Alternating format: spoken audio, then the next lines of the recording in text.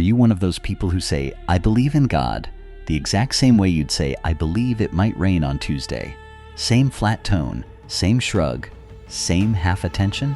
Maybe you've said it 100 times in church, maybe 1,000 times lying in bed at night, half asleep, just moving your lips, because that's the sentence you're supposed to say. Here's what's about to mess with that sentence. There's a book in the Bible where one Greek word shows up 98 times, more than the other 3 Gospels combined. But the noun, the one that lets you say, I have faith, like it's some trophy sitting on a shelf, it's not even there, seriously, 0 times in 21 chapters.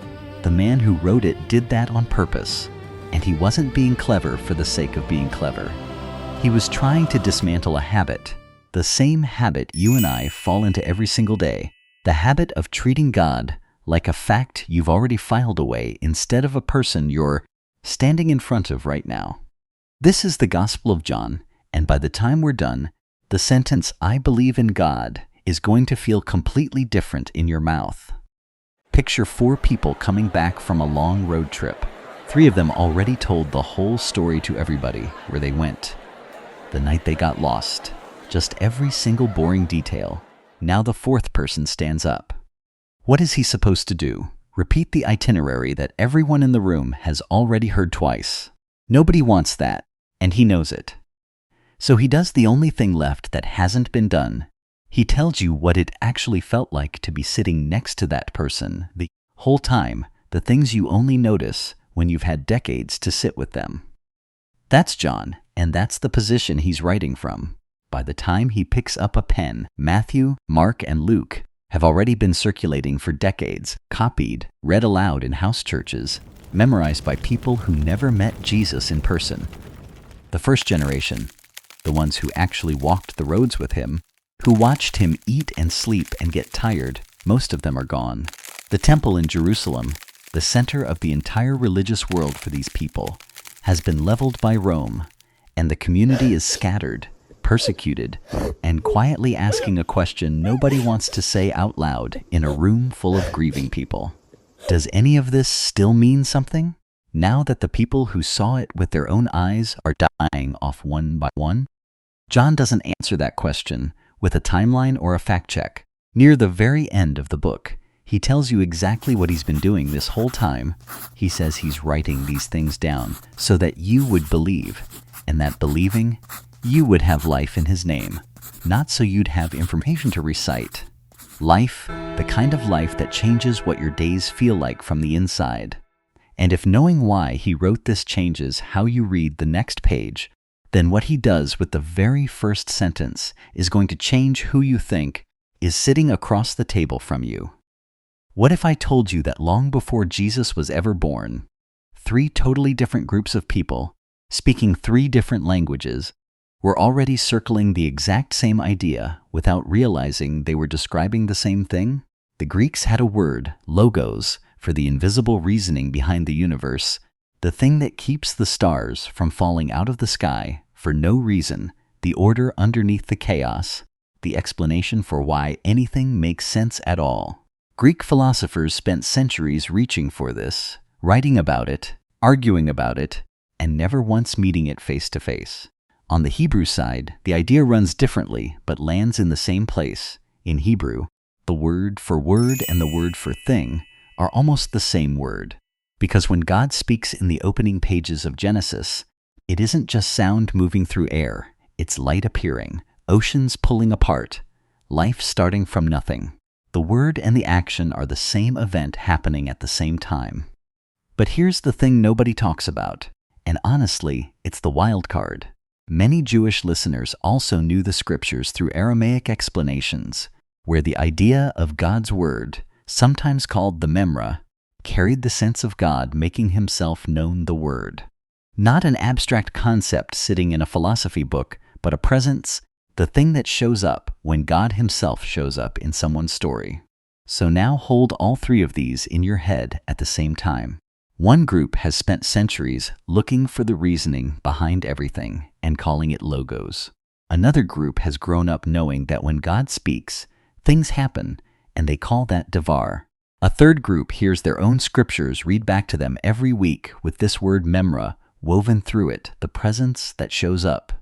3 rooms, 3 languages, 3 centuries of searching, and nobody in any of those rooms expected to find a face attached to any of it. And then John opens his book by walking into all 3 rooms at once and saying, "You've all been talking about the same person, and he's not an idea anymore. He's standing right here. Before anything existed, the Word was already there, already with God, already God Himself." And then comes the line that drops the floor out from underneath. Everything that came before it, the Word became flesh and made His home among us. Not an idea about God finally showing up. God in a body, learning to walk, getting tired, tying His own sandals in the morning like everyone else on that road. If that doesn't land as strange, you haven't really heard it yet. The force holding galaxies together just became someone you could bump into on a street corner. If the opening pages tell you who just walked into the room, the next stretch of the book tells you why He bothered to come at all. And it starts with a word choice that's easy to miss on a first read. The other 3 gospel writers describe Jesus' miracles using a Greek word that basically means an act of raw power. It's the root behind our English word for dynamite, and it carries exactly that energy. Look how strong that was. Look what just happened. Be amazed. John never uses that word, not even one time in 21 chapters. Instead, every time something extraordinary happens, he calls it a sign. It's like the difference between staring at someone's finger and actually looking where they're pointing. Raw power just wants you to look at the flash. A sign? It wants you to look past the trick and see the guy doing it. John picks exactly 7 of these signs, and he doesn't scatter them around randomly. He stacks them, deliberately, like steps. He starts small and almost domestic, water turning into wine at a wedding. The kind of quiet, intimate moment nobody outside the family would even notice. He ends with a man 4 days dead, already wrapped in burial cloths, already sealed inside a tomb, walking back out into the daylight on his own 2 feet. Everything in between escalates, healing from a distance, healing a condition someone has lived with for decades, feeding thousands of people from almost nothing, walking out across open water as if the lake had forgotten its own rule. Each sign reaches a little further than the one before it, like someone slowly testing how far the walls of impossible actually go, until eventually there are no walls left to test. And here's the part that should genuinely stop you, because it's the part that turns this from a list of miracles into something much more personal. The crowd does not respond the same way every single time, even though the evidence keeps getting more and more overwhelming. After the first sign, the people closest to him start trusting him, quietly, privately. After the miracle that fed thousands, the crowd tries to grab him and force a crown onto his head because they've decided what they want him to be for them. After he gives sight to a man who was born blind, the religious leaders interrogate that healed man until they throw him out of his own community. And after he raises a man from the dead in front of witnesses, some of the leaders don't fall to their knees. They start quietly planning how to kill the man who did it, along with the man he brought back to life. Same evidence, escalating with every chapter, and completely opposite reactions standing right next to each other. Which means the evidence itself was never the deciding factor. Something else was happening on the inside of each person watching, something the miracle alone couldn't reach. And that's exactly the door John is walking you through next. 7 times in this book, Jesus says I am and fills in the blank with basic survival stuff. Bread, light, a way out when you're stuck.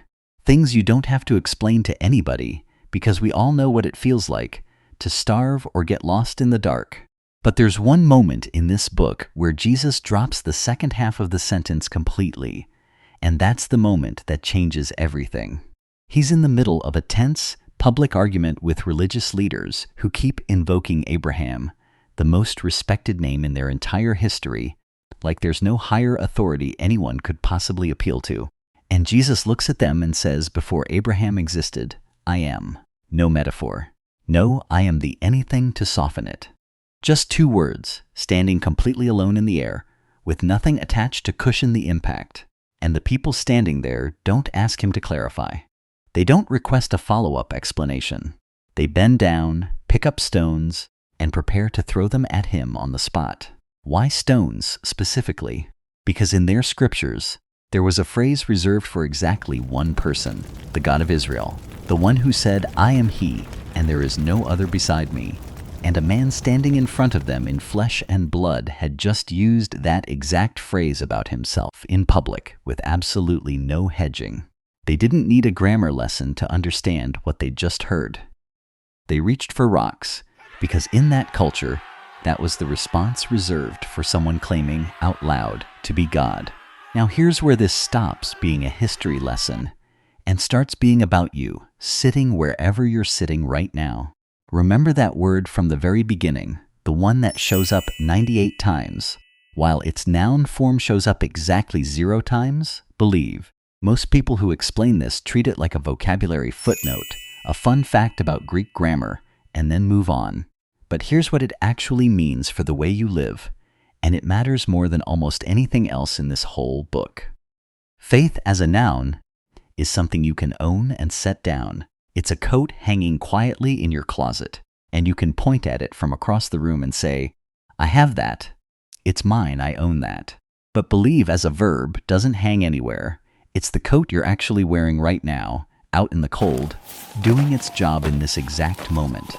Or it isn't doing anything at all. And if that thought just made something tighten in your chest, if you just felt a flicker of, okay, so now I have to perform this constantly every day, or I'm in trouble, or I lose something, stop right there, because that fear is exactly the wrong turn, and it's a fear a lot of people carry around for years without ever naming it out loud. Think about your own breathing for a second. You don't sit there consciously doing the act of breathing in order to prove to anyone that you're alive. You breathe because you're alive. The breathing is evidence that life is already there, not a toll booth you have to pay at before life is allowed to start. That's what John is doing with this word, and it's the most overlooked thing in the entire book. He's not giving you another chore when you're already exhausted. He's just describing what life looks like when you're actually alive. It's messy, it's moving, it's happening right now. So if believing is something you're doing, not something you're holding on to in a drawer somewhere, then the real question stops being, what do you believe, as a list of correct answers you could write on a test? The real question becomes, right now, today, in this actual moment of your actual life, who is your weight actually resting on? Not who you'd say it's resting on if someone asked you in a small group. Who it's actually resting on at 2 a.m. when no one's watching and there's nothing to perform for. If the other Gospels mostly show you Jesus standing in front of crowds, preaching from hillsides, surrounded by people pressing in from every direction, John keeps pulling you into a room where it's just him and one other person, and that's not an accident either. A religious leader sneaks in after dark, too afraid of his own reputation to be seen asking questions in daylight, and ends up having one of the most important conversations in the entire book. A woman is sitting alone at a well in the middle of the day, and what starts as a request for water turns into a conversation that crosses every social line her culture had carefully drawn. A grieving sister is standing outside her brother's tomb, 4 days too late by everyone's math, and hears the words, "I am the resurrection and the life," before the stone has even been moved. You don't really learn who someone is by watching them give a speech to a stadium full of strangers. You learn who they are by what they say when it's just the two of you in a quiet room with nothing to prove and no one else listening. And there's one more scene John gives us that none of the other writers include, and it's the one that ties everything together. At the Last Supper, the meal that basically rewrote history for the next 2,000 years, the other writers describe bread being broken and wine being poured, with words attached to both. John describes a towel. Jesus gets up from the table in the middle of the meal, wraps a towel around his waist, kneels down on the floor, and starts washing the feet of the people sitting around him, feet that have been walking dusty roads in open sandals all day. In that culture, that job belonged to the lowest person in the household, if there was even a servant low enough to be assigned it. And the person doing it here is the same one John has spent this entire book identifying as the force that holds the universe together, the one all of history had been quietly pointing toward, on his knees, with a towel around his waist, washing the road dirt off the feet of someone who, within hours, is going to walk out of that room and betray him. And through all of this, through every single chapter of this book, the man writing it never once uses his own name. He calls himself only the disciple Jesus loved 5 times and never explains why. By the time he's writing this, he's an old man. And almost everyone he started this journey with is gone, Peter. Gone, Paul. Gone. Even his own brother, executed years earlier for the same reason. And after a lifetime spent thinking about everything he saw and everyone he watched be taken, the title he chose for himself wasn't the brave one. And it wasn't the one who stayed when everyone else ran. It was simply the one who was loved. His entire identity at the very end of his life rested on having been loved, not on anything he had accomplished, proven, or survived. So here's the question this entire book has been quietly walking you toward, one chapter at a time. You can know absolutely everything about someone famous, their whole story, their best lines, every detail of their life, and they have no idea you exist. That's a fan. A follower is something else entirely. It's a relationship that actually runs in both directions, even if it's small, even if it's quiet, even if no one else would ever notice it from the outside. So ask yourself this, honestly, right now. You could recite the opening of John from memory. You could explain what the word became flesh means, and even why a crowd once picked up stones over 2 words. You could know every sign, every I am statement, every Greek word in this whole video, and still, after all of that, just be a fan. This book wasn't written for someone hearing the story for the very first time. It was written for the person who has heard it so many times that it stopped sounding like a story and started feeling like furniture in the room, something you walk past every single day without actually seeing it anymore, something that's just always been there.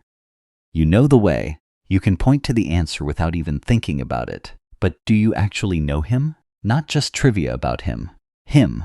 Like, if he walked into the room right now, would you even recognize his voice? So here's the challenge. The next time the words, I believe in God, come out of your mouth, in church, in a prayer before a meal, half asleep right before you fall asleep, don't let them pass through on autopilot the way they usually do. Stop right there, mid-sentence if you have to, and ask yourself one honest question. Right now, in this exact moment, is my weight actually resting on someone? Or am I just repeating a sentence I've said 1,000 times because it's familiar, and it's comfortable, and it doesn't ask anything of me? There's a line later in this same book where Jesus tells the people closest to him to simply stay close to him, the way a branch stays connected to a vine, not to strain, not to perform, not to white-knuckle their way into producing something impressive, just to stay attached and let everything else follow from that. I mean, a branch doesn't stress out and force fruit to grow. It just doesn't pull away from the thing feeding it. And once you actually understand that believing isn't a label you're carrying around or a box you checked once a long time ago, it's the leaning you're doing right now, in this exact moment, with your actual weight, you're never going to say I believe the same way again.